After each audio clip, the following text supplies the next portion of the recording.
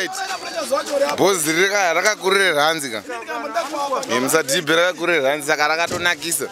Mazigi tutonzwisisa nyaya yekuti mazigi akataurwa kunzi imari ida kureplace mari yakanga iri paground. Totozvitambira zvezvinhu zvaitwa nemutungamiriri wenyika.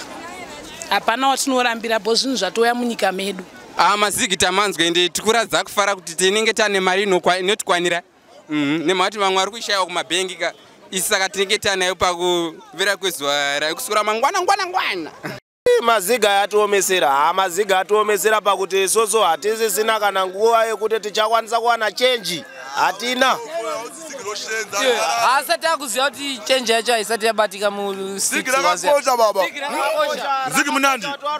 Satambe ngakuti timogaya kuti waiti $6,000 kunwa kuti 13. Ongoti 13 zigi. Manaka. Achakanaka kumana.